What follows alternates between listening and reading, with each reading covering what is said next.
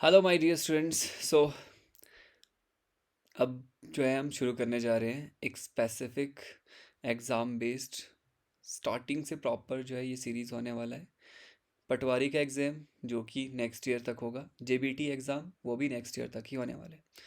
तो इन दोनों एग्ज़ाम को टारगेट करते हुए सारे के सारे जीएस के सब्जेक्ट्स मैं आपके साथ एमसीक्यू बेस्ड जो है वो पहले डिस्कस करूँगा, क्योंकि बहुत सारे बच्चों ने ऑलरेडी पढ़ रखा है। तो वो बच्चे जिन्होंने पढ़ रखा है उनकी तैयारियां जो है यहाँ से आपको समझ आ जाएंगी कितना आपने पढ़ा है, कौन कौन सी चीज़ें जो है आपको एक्स्ट्रा और पढ़नी है। क्वेश्चंस डिस्कस करने का मतलब होता है बेटा कि आपने जो पढ़ रखा है, आपकी जो नोट्स हैं उसके अंदर कौन सी ऐसी चीज़ हैं जो आपको और उसमें ऐड करने की ज़रूरत है। तो वो सब चीज़ें यहाँ से आप देखोगे, एक्स्ट्रा कुछ चीज़ होगी आप अपने नोट्स में ऐड करना। नहीं तो आप ये चेक कर लेना कि आपने जो पढ़ा है कितना आपको याद रहा। एंड सेकंड थिंग, जो बच्चे अभी स्टार्ट कर रहे हैं पढ़ना वो अपना एक रिवीजन की तरह इसको देखो, साथ साथ में जो आप टॉपिक पढ़ रहे हो। हाँ, अगर आप लोग चाहते हो कि मैं आपके लिए एक लेक्चर प्रॉपर जो है इसके ऊपर लेक्चर लेके आऊँ, देन आप मुझे बता सकते हो कमेंट बॉक्स में। मैं आपको एक बार दिखा देता हूँ कि इसके अंदर जो है इस तरह से हिस्ट्री के अंदर जो है ऐसे कुछ नोट्स आपको देखने को मिलेंगे। ठीक है, तो प्रॉपर जो है मतलब ये बहुत पिक्चर बेस्ड नोट्स हैं मैंने जो बना रखे हैं हिस्ट्री के, और सारे सब्जेक्ट्स के इसी तरह से, तो वो ईजी टू अंडरस्टैंड है। बच्चों को रट्टा नहीं मारना होता है, बहुत इजीली याद हो जाते हैं। ठीक। तो ये पहला सीरीज मॉडर्न हिस्ट्री के ऊपर होने वाला है, लेक्चर 1 है। तो लेक्चर 1 2 3 करके ये कोर्स के अंदर आप जाओगे, ठीक है, तो वहाँ पे आपको देखने को मिल जाएगा। मैं प्रॉपर प्लेलिस्ट बना दूंगा, patwari, JBT exam, MCQs, modern history, अलग अलग सब्जेक्ट बेस होगा ये। मॉडर्न हिस्ट्री का ही हम स्टार्ट कर रहे हैं। पहला टॉपिक है एडवेंट ऑफ यूरोपियंस, भारत में यूरोपियन का आगमन। और ये एडवेंट ऑफ यूरोपियन के अंदर भी जो पहला टॉपिक रहने वाला है वो पोर्चुगीज़ के रिलेटेड रहने वाला है। ठीक है, तो सवाल हमारे स्क्रीन पे रहा, ये जल्दी से आप सवाल पढ़ो, हिंदी में भी है इंग्लिश में भी है, और मुझे आंसर दीजिए कमेंट बॉक्स में। तो पहला जो सवाल है क्या कह रहा है देखो, यहाँ पे आपको पूछ रहा है कि who was the first Portuguese governor या फिर वायसरॉय ऑफ इंडिया। 1505 में बोलता है पोर्चुगीज का पहला गवर्नर या वायसरॉय कौन था, ये आपको मुझे बताना है।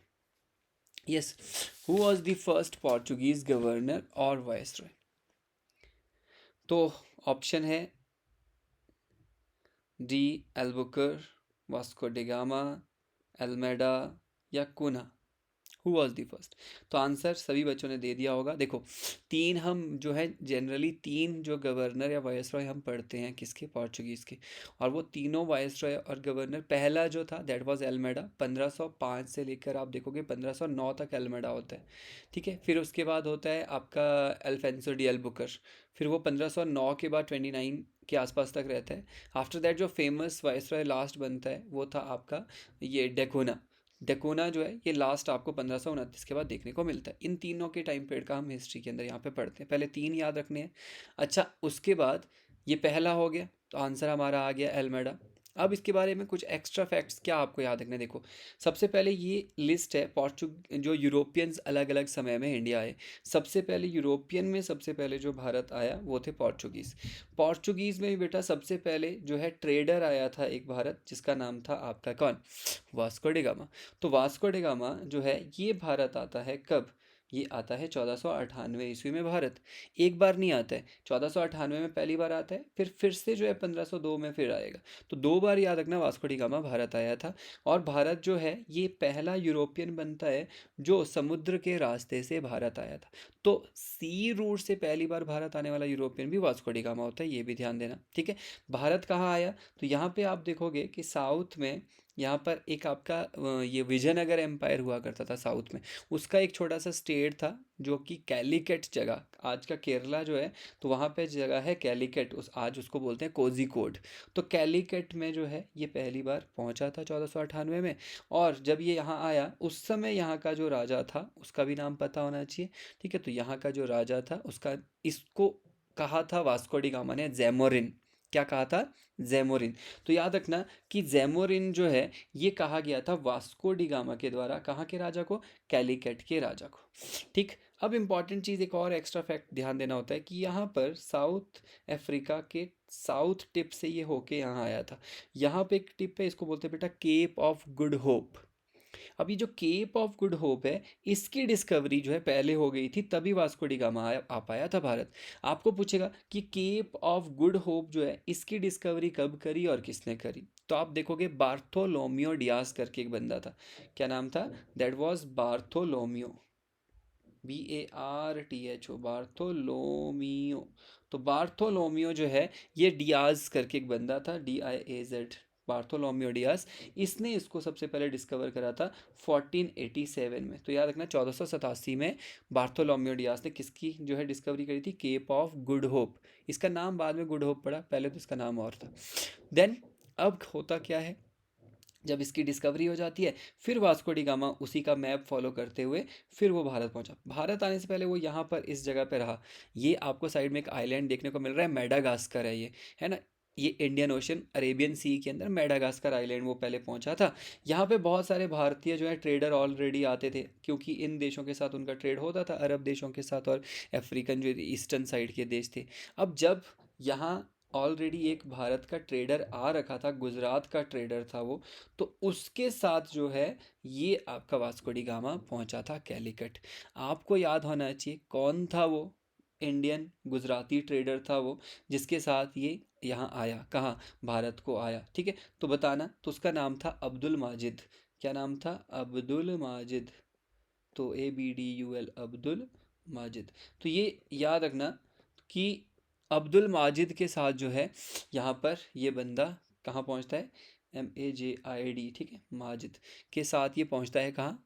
कैलिकट। कैलिकट कहाँ हुआ आपका? कैलिकट हुआ आपका केरला के अंदर। राजा कौन था कैलिकट का उस समय जब ये यहाँ पहुँचा?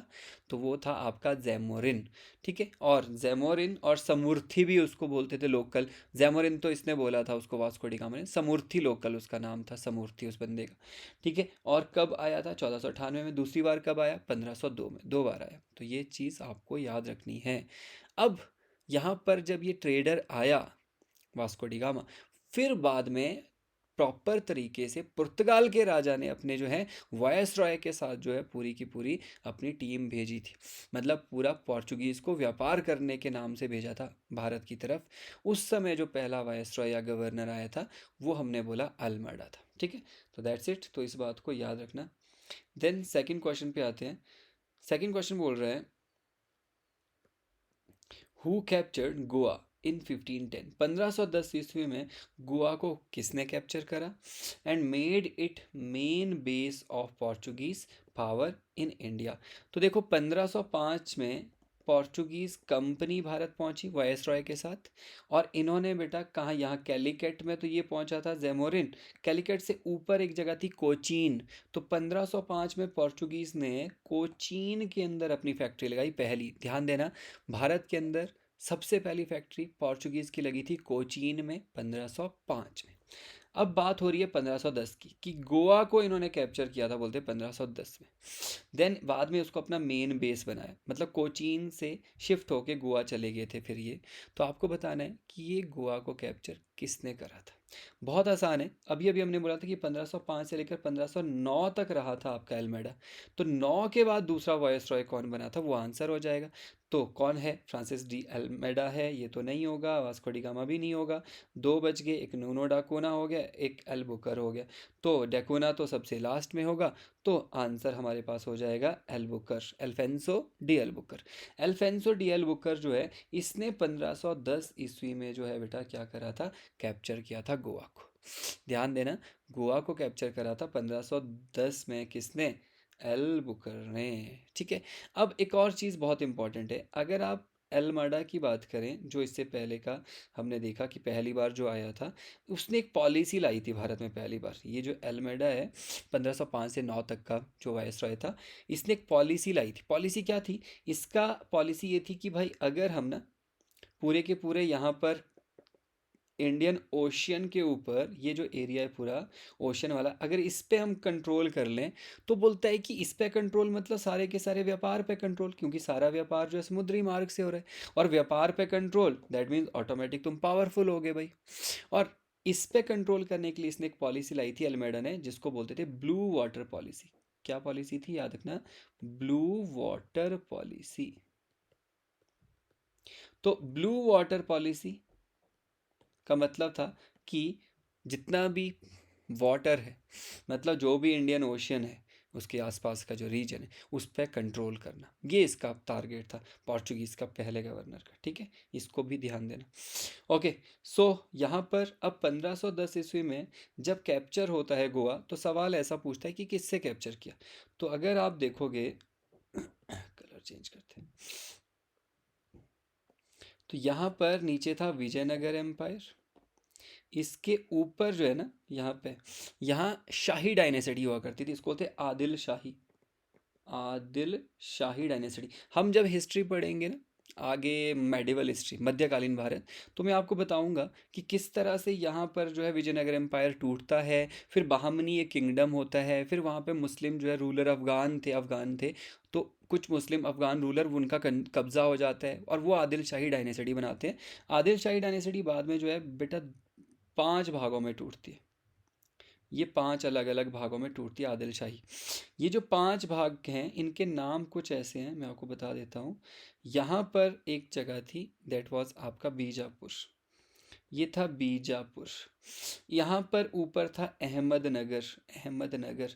यहाँ था बेरार, बेरार। नीचे था आपका बिदारा, और यहाँ था आपका गोलकोंडा। तो इस तरह से 5 अलग अलग पार्ट में आदिल शाही डायनेसिटी टूटी हुई थी। इन आदिल शाही जो भी ये छोटी छोटी डायनेसिटी आपस में भी लड़ते मरते रहते थे। नीचे को इधर विजयनगर एम्पायर के जो राजा थे उनके साथ भी इनकी लड़ाई होती रहती थी। ऊपर ऊपर मुगल एम्पायर था, मुगल एम्पायर का भी इनके साथ होता रहता था कॉन्फ्लिक्ट। तो यहाँ पर विजयनगर एम्पायर के राजा का ऑलरेडी जो है दुश्मनी थी किसके साथ, बीजापुर के राजा के साथ। और यहीं पे आ रखे हैं कौन, पोर्चुगीज़। तो पोर्चुगीज़ और विजयनगर एम्पायर के राजा ने मिल के जो है अटैक करा था बीजापुर के ऊपर, और बीजापुर से ये एरिया जो है कब्जा करा था। ठीक है, और ये किसने कैप्चर करा फिर, पोर्चुगीज़ ने 1510 में। तो कहाँ का राजा था जहाँ से गोवा कैप्चर हुआ था, बीजापुर का राजा। आपको पता होना चाहिए नाम, कि जो नाम था बीजापुर के राजा का वो क्या था, वो था यूसुफ आदिल शाह। तो याद रखना क्या नाम था, यूसुफ आदिल शाह। ठीक है, आदिल शाह। तो यूसुफ आदिल शाह जो है इससे कैप्चर किया था गोवा को 1510 में। किसने, एल्बुकर, दूसरा जो आपका क्या था, वायसरॉय था पोर्चुगीज का। यहाँ पे मैं बहुत डिटेल में आपको समझा नहीं रहा हूँ, जस्ट मैं कुछ कुछ फैक्ट्स आपको इंपॉर्टेंट बता रहा हूँ जो आपको पूछ सकता है इन सवालों के अलावा भी। तो आपको मैं बता रहा हूँ, प्रॉपर पढ़ेंगे जब तो कुछ अलग तरीके से ही पढ़ेंगे। ठीक है, तो बस समझने की कोशिश करना कि ऐसी चीज़ें आपसे पूछी जा सकती हैं extra. Okay, then yes next, एक और चीज़ इसमें ध्यान दो कि यहाँ पर ना बेटा ये जो गोवा कैप्चर हुआ, तो गोवा पे कंट्रोल करने के बाद हुआ क्या, देखो ये दूसरी बार ऐसा हो रहा था, second time, this was the second time कि जब कोई यूरोपियन ने भारत की धरती पर कब्जा किया था। पहली बार कब था, फर्स्ट टाइम वाज अलेक्जेंडर।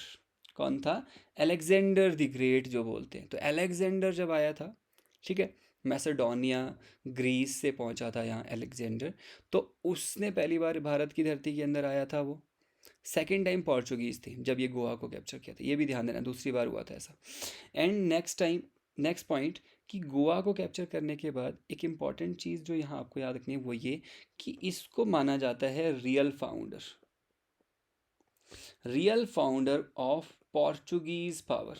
तो पोर्चुगीज पावर का रियल फाउंडर भारत में कौन है, वो है आपका एल्बुकर। तो ये भी याद रखना, एल्बुक्रो जो है ये रियल फाउंडर माना जाता है पोर्चुगीज पावर का इंडिया में, क्योंकि गोवा कैप्चर किया था इसने permanently. Okay, next, battle of Diu. Battle of Diu 1509 में होती है जी, जो कि एस्टेब्लिश करती है पोर्चुगीज सुपरमेसी। तो पोर्चुगीज की पावर जो है, सुपरमेसी जो है भारत में 1509 बैटल ऑफ द्यू में एस्टेब्लिश होती है प्रॉपर, मतलब होना शुरू हो जाती है ना। प्रॉपर जो रियल फाउंडर है वो तो हमने पढ़ा एल्बुकर 1510, लेकिन पावर एस्टेब्लिश हो जाती है बैटल ऑफ द्यू में 1509 में। बोलता है कि ये बैटल ऑफ द्यू जो है ये कहाँ लड़ी गई थी। बड़ा आसान है, दमन द्यू कहाँ है जी, गुजरात के अंदर, इधर है द्यू, है ना। तो यहाँ द्यू कौन सा वो हो गया, ये अरेबियन सी, तो कौन से सागर में लड़ी जा रही है, अरेबियन सी, अरब सागर में लड़ी जा रही है, सिंपल। तो यहाँ पे इंडियन ओशियन का जो आपका पार्ट है, अगर इसमें अरेबियन सी है, अरेबियन सी है इसमें आंसर बेटा, है ना, तो Arabian Sea is the correct answer. Indian Ocean से ज़्यादा आंसर सही जो है वो अरेबियन सी है ना। लेकिन यहाँ पे ये बोल रहा है कि एस्टेब्लिश द पावर सुपरमेसी इन, कहाँ पे उसने अपनी पावर सुपरमेसी को एस्टेब्लिश करा, ठीक है, तो हाँ अरेबियन सी में ही करा। देन अब एक और चीज़ देखो, बैटल ऑफ द्यू जो है ना, ये 1509 में लड़ी गई। इस बैटल के अंदर हुआ क्या, क्यों लड़ी गई, ये लड़ाई हुई क्या? आप देखोगे कि यहाँ पे जब ये जो पोर्चुगीज़ थे, ये जब भारत आए तो यहाँ पे ऑलरेडी ट्रेडर थे। कहाँ के ट्रेडर यहाँ पे आते थे? मुगल एम्पायर हो, चाहे फिर आदिल शाही डायनेसिटी हो, चाहे फिर आपका गुजरात के अंदर देखोगे यहाँ भी अफ़गान रूलर हुआ करते थे, ठीक है, तो अफ़गान राजा यहाँ भी थे।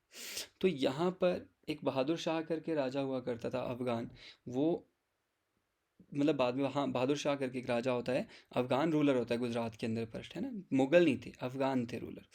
देन यहाँ मुगल तो अभी ऊपर ही इस वाले एरिया में थे, ऊपर वाले एरिया में थे, इंडिया के नॉर्थ वाले पार्ट में, ठीक। अब हुआ क्या कि यहाँ पर इजिप्ट, मिस्र का जो आपका क्या है, सुल्तान है, और यहाँ पर जो इसके ट्रेडर आ रहे हैं भारत की तरफ, मिस्र के, अफ्रीका के कुछ जो देश हैं, वहाँ के जो व्यापारी जो आए थे कहाँ, इंडिया की तरफ, इन सब, मिस्र का व्यापारी हो गया तो मतलब मिस्र का राजा हो गया, गुजरात के अंदर जो है वहाँ राजा था तो वो हो गया। तो ये सारे लोग जो हैं इकट्ठे हो गए थे किसके खिलाफ, पोर्चुगीज़ के खिलाफ। क्यों? क्योंकि पोर्चुगीज़ जो है अपना क्या करना चाह रहे थे, अपना ब्लू वाटर पॉलिसी जो एल्मेडा की थी उसके तहत जो है अपना दबदबा बनाना चाह रहे थे, कहाँ, ये अरेबियन सी, इंडियन ओशन के अंदर। तो उसी चीज़ के लिए यहाँ पे ये बैटल हुई थी। तो इस बैटल का नाम है बैटल ऑफ आपका द्यू 1509, जिसमें कि याद रखना मिस्र के सुल्तान और कंबाय और कालीकट के जो राजा थे, वो सारे लोग जो है आपस में मिले, किसके खिलाफ, फ्रांसिस डी एल्मेडा के। सिंपल याद रखो, डी एल्मेडा के साथ ये 1509 में लड़ाई हुई थी, जितने भी यहाँ पावर्स थे उन सब का मिलके, ठीक है। तो ये जो मैप दिखाया ये इस तरह का ही दिखाया कि ये जो दो तीन इकट्ठे मिलके पोर्चुगीज़ के खिलाफ लड़े थे।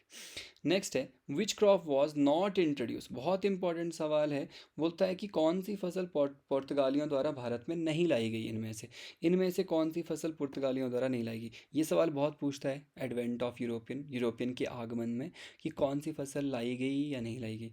तो राइस जो है वो नहीं लाया गया बेटा, कौन सी लाई गई, तो ये सब्जियां हैं जो आपको याद रखनी है लाई गई, जैसे कि मिर्च है, आलू है, टमाटर है, ठीक है। तो ये सारा, शकरकंदी हो गया, ये सब जो है, लाइक कद्दू हो गया, ये सब्जियां लाई थी। फल में देखोगे पपीता था, अनानास है, अमरूद है, सीताफल है, ये सब लाए गए, ठीक है। और मेवे मतलब आपका जो क्या है, ये नट्स हैं, तो क्या लाया गया, काजू लाया गया, मूंगफली, तंबाकू भी लाया गया था, याद रखना तंबाकू पोर्चुगीज़ द्वारा लाया गया था, ठीक है। और कपास, अमेरिकी कपास था, रबड़ था, अरारोट था। तो ये सारी चीज़ें इस तरह की कुछ लाई गई चीज़ें थी, किसके द्वारा, पोर्चुगीज़ द्वारा। नेक्स्ट, पुर्तगालियों की, बंगाल में पुर्तगालियों की महत्वपूर्ण फैक्ट्री कौन सी थी। तो स्पेशल बंगाल के अंदर आपको बताना है सबसे इंपॉर्टेंट फैक्ट्री कहाँ थी। यहाँ नाम पढ़ लोगे तो इजीली हो जाएगा, मतलब क्वेश्चन, हुगली। तो हुगली में जो है यहाँ पे पुर्तगालियों की इंपॉर्टेंट फैक्ट्री थी। फैक्ट्रीज बड़ी इंपॉर्टेंट होती है, पता होनी चाहिए। यहाँ पे इस मैप के अंदर आप देखोगे तो बहुत आसानी से आपको समझ आ जाएगा कहाँ कहाँ पे पोर्चुगीज़ की फैक्ट्रीज थी, ठीक है। तो यहाँ पे देखो बेटा, बंगाल के अंदर आते हैं, दिस इज़ हुगली। तो 1537 में हुगली के अंदर जो है ये फैक्ट्री बनाई थी, किसने, पोर्चुगीज़ ने, 1537 के अंदर। तो याद रखना 1537 में पोर्चुगीज़ ने फैक्ट्री बनाई थी यहाँ पे, okay. Next, who captured Malacca. तो मलाक्का 1511 में किसने कैप्चर किया जी। तो ये भी बहुत आसान हो जाएगा, क्योंकि हमने वाइसरॉय, हमें पता है टाइम 1509 के बाद कौन बना। तो यहाँ पे अल्बुकर जो है, अल्फेंसो डी अल्बुकर, ये आंसर हो जाएगा।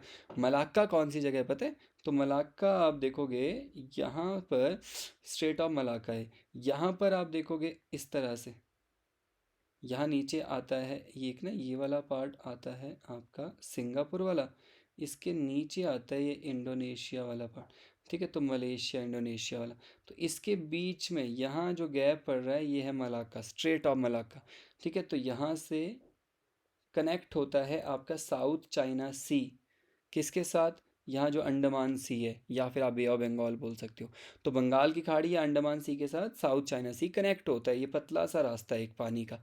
तो यहाँ पे हुआ क्या, इस जब ये बैटल हुई, यहाँ पे मलाक्का जब कैप्चर किया पोर्चुगीज़ ने, तो उन्होंने क्या किया, जितना भी ये साउथ ईस्ट वाला रीजन है, साउथ ईस्ट वाले जो देश हैं, इंडोनेशिया हो गया, ये सारे जो देश हैं ना, सिंगापुर, इंडोनेशिया वगैरह, मलेशिया वगैरह, तो इनके ऊपर भी जो उन्होंने क्या कर दिया, अपना कब्जा कर दिया था इस लड़ाई से। तो याद रखना, मलाक्का को कैप्चर किया 1511 में, और किसने कैप्चर किया, एल्फेंसो डी एल्बुकर ने, ठीक है।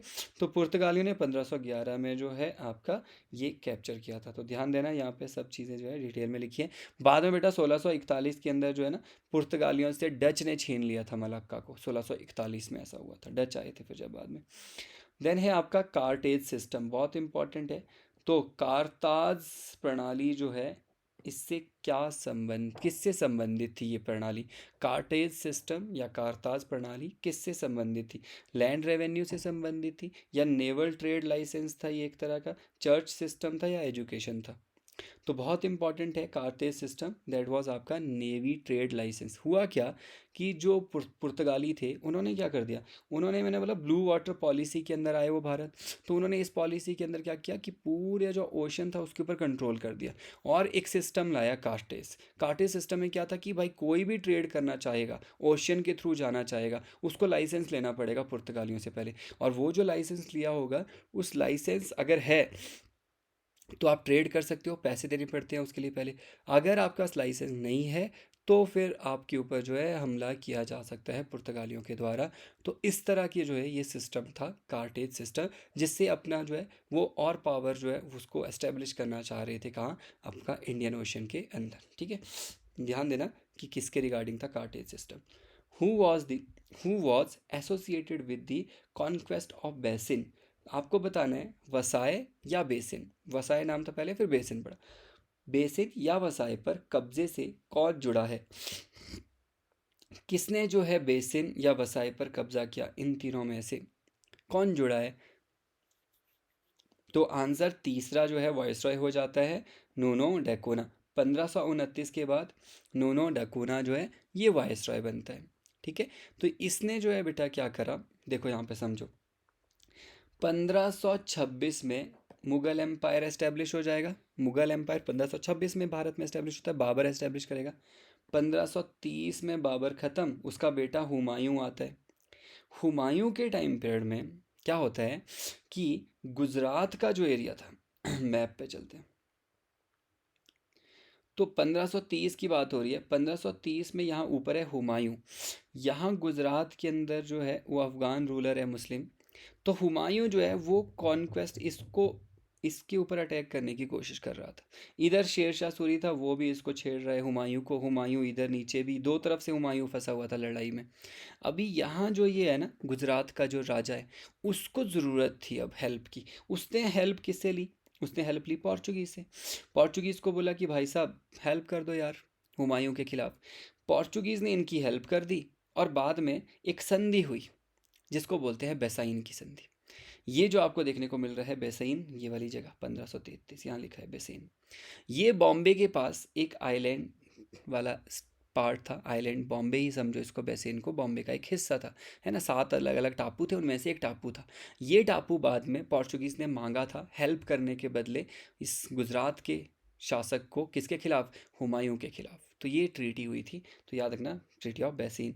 और बहुत इंपॉर्टेंट चीज़ जो है इसके बारे में, न्यूनो डाकोना के बारे में, वो ये भी याद रखना कि 1530 में ना बेटा, इसने क्या किया था, जो गोवा 1510 में कैप्चर किया था ना, उस गोवा को 1530 में इसने कैपिटल बना दिया। तो यहाँ पर कोचीन में पहले कैपिटल हुआ करती थी पुर्तगालियों की, वो गोवा शिफ्ट हुई 1530 में। तो 1530 में पूरी तरह से इंडिया के अंदर, भारत के अंदर गोवा जो है वो कैपिटल बन जाता है, किसका, पुर्तगालियों का। ये ध्यान देना, ये जो फोर्ट यहाँ पे दिख रहा है, ये पुर्तगालियों द्वारा बेसिन के अंदर बनाया गया फोर्ट है, अभी भी आपको देखने को मिल जाएगा, ठीक है। नेक्स्ट क्वेश्चन है, Goa remain under Portuguese rule till, Goa कब तक बोलते हैं पुर्तगालियों के कब्जे में रहा। तो आपको ये बताना है, ये बहुत नॉर्मल एक क्वेश्चन है कि पुर्तगाली पहले लोग थे जो भारत आए, आखिरी थे जो भारत छोड़ के गए। तो यहाँ पे 1961 आप देखोगे, 1961 तक जो है गोवा जो है पुर्तगालियों के कब्जे में रहता है, ऑपरेशन चलाया जाता है यहाँ पे बाकायदा, और गोवा को जो है वो कैप्चर किया जाता है भारत सरकार के द्वारा 1961 में। ठीक है, लास्ट क्वेश्चन है हमारा, यह है पोर्चुगीज नेवी जो था सुपरमेसी मेनली डिपेंड्स ऑन, तो पुर्तगाली जो थे बेटा, उनकी नौसैनिक जो शक्ति थी मुख्य रूप से किस पर आधारित थी। तो पुर्तगालियों की नौसैनिक जो शक्ति थी वो किस चीज़ पे आधारित थी, आपको बताना है। तो मेनली क्या था उनका, किस चीज़ पे उनकी नौसेना की जो है शक्ति थी आधारित थी, वो थी हैवी आर्टलरी। उनकी जो शिप्स होते थे उस पर तोपें लगी होती थी। ठीक है, तो ये हैवी आर्टलरी जो है इसके ऊपर आधारित थी, उसमें कैनन तोपें वगैरह लगाई होती थी अपने उन्होंने जहाज़ के ऊपर, तो उससे जो है ये अपना पावरफुल नेवी जो है इन्होंने बनाया था। सो दैट्स इट, ये कुछ इंपॉर्टेंट चीज़ें थी जो आपको याद रखनी है। बहुत सारी और दो चार चीज़ें हैं, जैसे कि मैं आपको बता देता हूँ कि पहली बार प्रिंटिंग प्रेस, तो प्रिंटिंग प्रेस भारत में कौन लाया, पोर्चुगीज़ लाए, ये भी ध्यान देना। प्रिंटिंग प्रेस भारत के अंदर, सती प्रथा जो है गोवा के अंदर पोर्चुगीज़ ने सबसे पहले जो है बंद करवाई करी थी। ठीक है, तो ये भी ध्यान देना। भारत में क्रिश्चियनिटी जो है वो कौन लेके आया, पोर्चुगीज़ लेके आए। क्यों पुर्तगाली सबसे पहले आए और फिर भी जो है ब्रिटिशर्स की तरह जो है अपने मतलब यहाँ पे डोमिनेंस स्थापित नहीं कर पाए अपना जो है अस्तित्व को। क्यों, क्योंकि उनका मेन मकसद जो है वो धर्म मान मतलब धर्म को प्रचार करना, अपने क्रिश्चियनिटी को प्रचार करना, और धर्मांतरण जो है वो इनका मेन मकसद था। गोवा के अंदर बहुत सारे मंदिर तोड़े थे पोर्चुगीज़ ने, पूरे के पूरे गोवा के अंदर जो है क्रिश्चियनिटी को फैला दिया था पोर्चुगीज़ ने। ऐसा कुछ और भी चीज़ें हुई थी। तो थैंक यू बेटा, एक काम ज़रूर कर लेना, शेयर कर लेना अपने सारे के सारे दोस्तों के साथ, लाइक ज़रूर कर लेना अगर आपको अच्छा लगा है। ठीक है, ऐसे ही जो है रोज़ आपके साथ जो है एक एक लेक्चर में टॉपिक वाइज जो है एमसीक्यू डिस्कस करूँगा, जिसमें आपका रिवीजन भी हो जाएगा। तो अगर आप चाहते हो तो डेफिनेटली लाइक करना, शेयर भी करना, सब्सक्राइब तो कर ही देना, बाकियों को भी करने को कहना। Okay then bye, thank you.